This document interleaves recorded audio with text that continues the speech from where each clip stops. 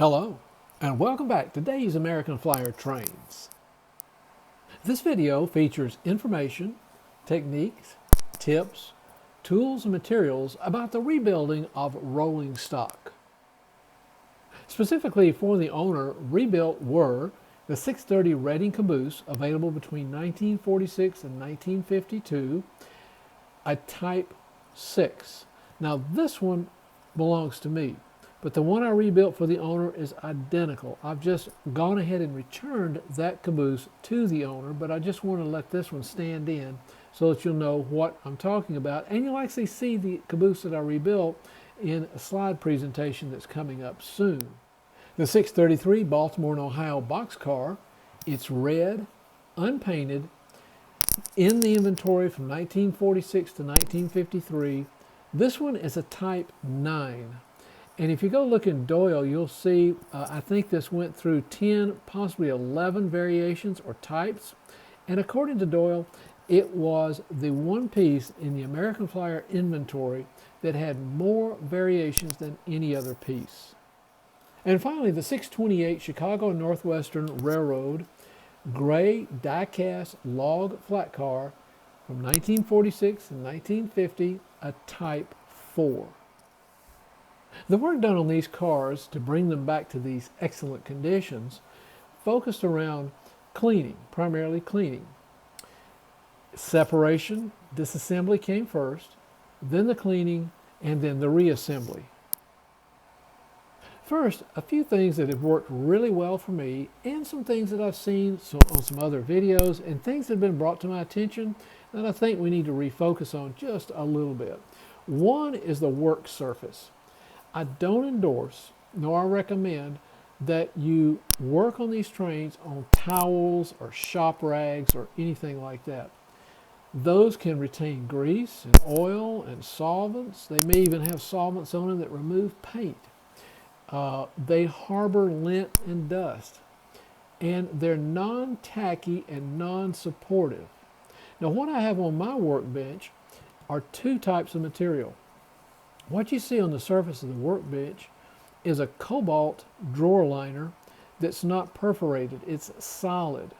It's softer than a solid surface, but not so mushy that you can't work on it or stand things on it.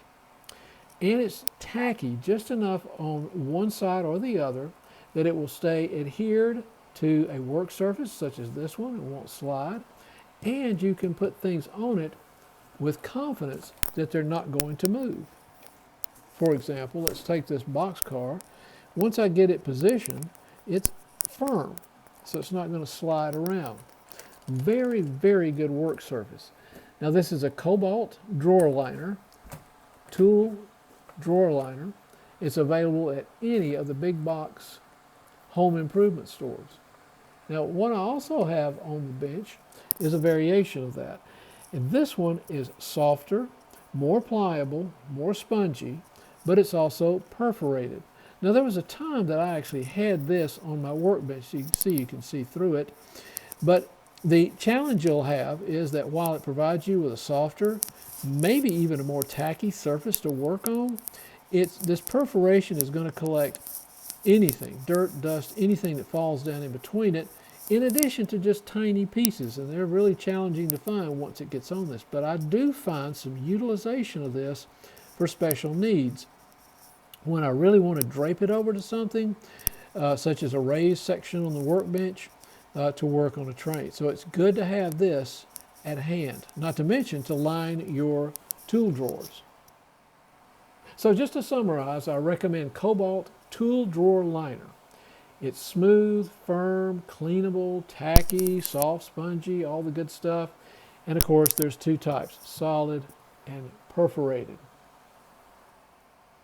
As mentioned, a significant part of the work is separation of parts. Separation of wheels and axles, frames from the chassis, body and shell, accessories like the smoke jack on the caboose, non-track wheels like the brake wheels, paper liner like you find on the interior of a caboose, handrails, doors, door rails, pins, fences like you also find on the caboose. That's a lot of work, but it's worth it to take your time and be gentle with these parts and the material.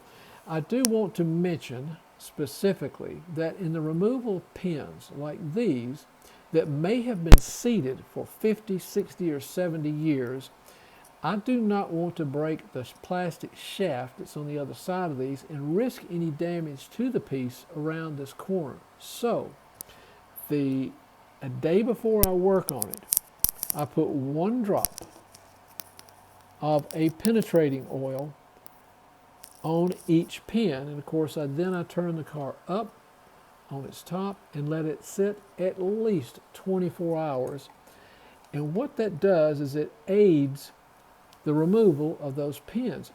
Even though this is metal to plastic, not metal to metal that could be bound by rust, these things can get really jammed into the plastic. But the last thing I want to do is to damage this corner or damage the pin shaft on the other side. So I find that doing that soaking helps remove these that I can eventually pry up. And of course, don't forget that that oil that you drop on those is easily washed off during the washing process. What I primarily use for any plastic body, painted or unpainted, but keep in mind that painted has a greater risk for changing the surface or the luster on the paint. So I would recommend that on any painted car that you test it first. Do a pilot test in a small area. And I think a good area to test it is on the interior of the car to make sure that you're not going to remove more than what you bargained for. That is part of the paint. So I use these soaps. On metal, I use sometimes Simple Green. Remember, this is concentrated. So it has the capability of being soaked long enough it can take off paint. Or I use a blue dishwasher soap to remove grease. For the plastic bodies, I use nothing but a really mild and gentle, sometimes this is called an ivory dishwasher or dish soap. That's very mild, very gentle, but yet it has very, very good cleaning qualities. It has a tendency not to dull plastic, but to actually bring some luster back to the piece. Now, in the metal parts, following this wash, this of course being for the body, these two for the metal pieces, I usually follow that up with an alcohol wipe, a 91% alcohol wipe. Remember, what you're trying to do is get off surface dust, oil, grease, fingerprints, anything like that that you don't want to try to get off with much more expensive and possibly destructive solvents. So you want to get all that off first, and then you can attack the areas that require much greater cleaning with maybe even a physical clean with a rotary tool or a stronger clean with some type of solvent.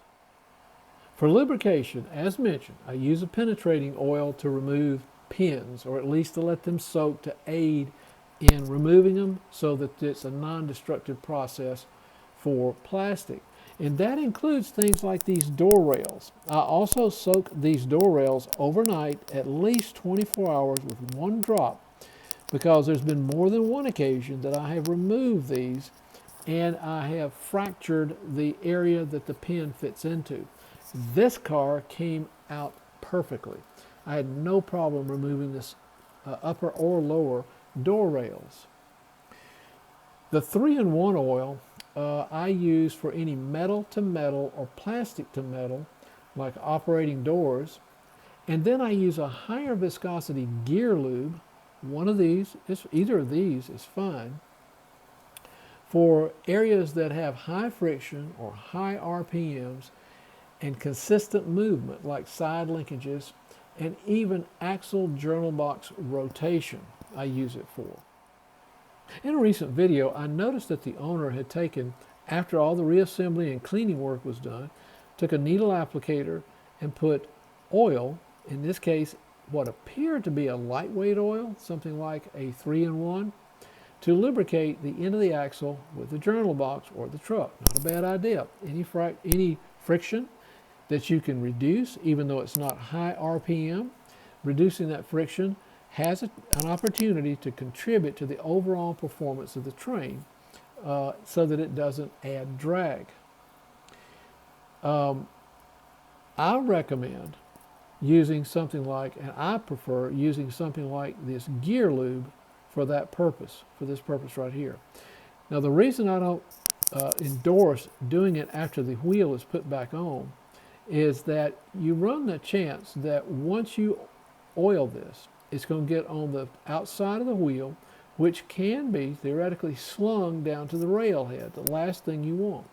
What I suggest is that after thoroughly cleaning these, polishing if necessary, and then maybe using a contact cleaner or brake cleaner on the interior of that journal box, is to put a drop of something like this gear lubricant, into the journal box. Make it as neat as you possibly can, then put the axle back on.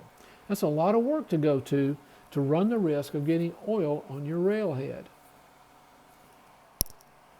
Just to reemphasize that washing, whether it be a painted car or an unpainted car, keeping in mind that washing paint has the possibility of removing the finish coat, the luster, and possibly even paint, just keep that in mind, is to remove surface dirt, dust, grease, lint, anything like that, fingerprints, and rather than using more expensive and possibly non-compatible and possibly even destructive solvents, you want to stay away from those.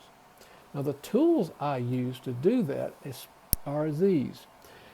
If I'm washing the side of the car, such around these heat applied stamps like these, I'll use a camel hair brush. I don't want anything that's real stiff. This is very soft, pliable. I'll use this with the ivory type soap and very gently test it in one area just to make sure, and I use at best just a tepid water. Cold is probably the best. Anywhere else in which I need to get into grooves, slots, around simulated rivets, or these door area surfaces, I'll probably use a toothbrush, a medium to hard bristle toothbrush. Sometimes I'll use a paintbrush that has nylon tip that's a little softer than a toothbrush, but more sturdy than the camel hair brush to get into those areas for cleaning.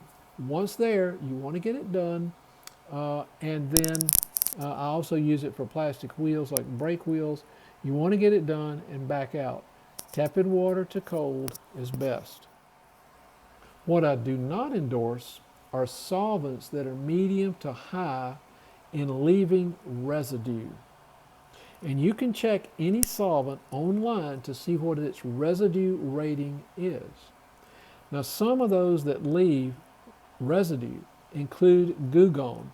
We've probably all used it. It's a great stuff. It does get rid of goo, but it is a solvent that leaves a residue that can, according to the documentation, actually impede electrical conductivity and or increase track carbon and other burns on the track. And that actually includes, and you probably all know if you watch my videos, how much I use CRC 226. But it too has a fairly high residue. So I don't use it anywhere near the railhead. It also, things like Goo Gone, unless you know for sure by testing it in a pilot, is that it might be destructive with plastic or other parts like gears, plastic gears. So until you test it, you just don't know. While it cleans really well on plastic wheels, it can transfer a residue to the railhead. I never use it on pickup wheels, and I never use anything that has a high rating of residue, to clean the railhead, or to clean plastic wheels or contact wheels. Stay away from those solvents. Now, solvents that are lowest in residue include, but might not be limited to, alcohol, things like alcohol, acetone, brake cleaner like AutoZone brake cleaner, and mineral spirits. You'll know if it possibly is very, very low in residue deposit by the speed with which it evaporates. High evaporative speeds usually translates into very little residue. Also on solvents, please remember and please check that the solvents can be flammable and might require fresh air being used in a fresh air environment. Again, all of that is available usually online if you will look at the rating of the residue and the flammability. Even 226 is flammable, but it's used in areas other than the railhead. Okay, let's look at some sequenced photography taken during the rebuild of these pieces.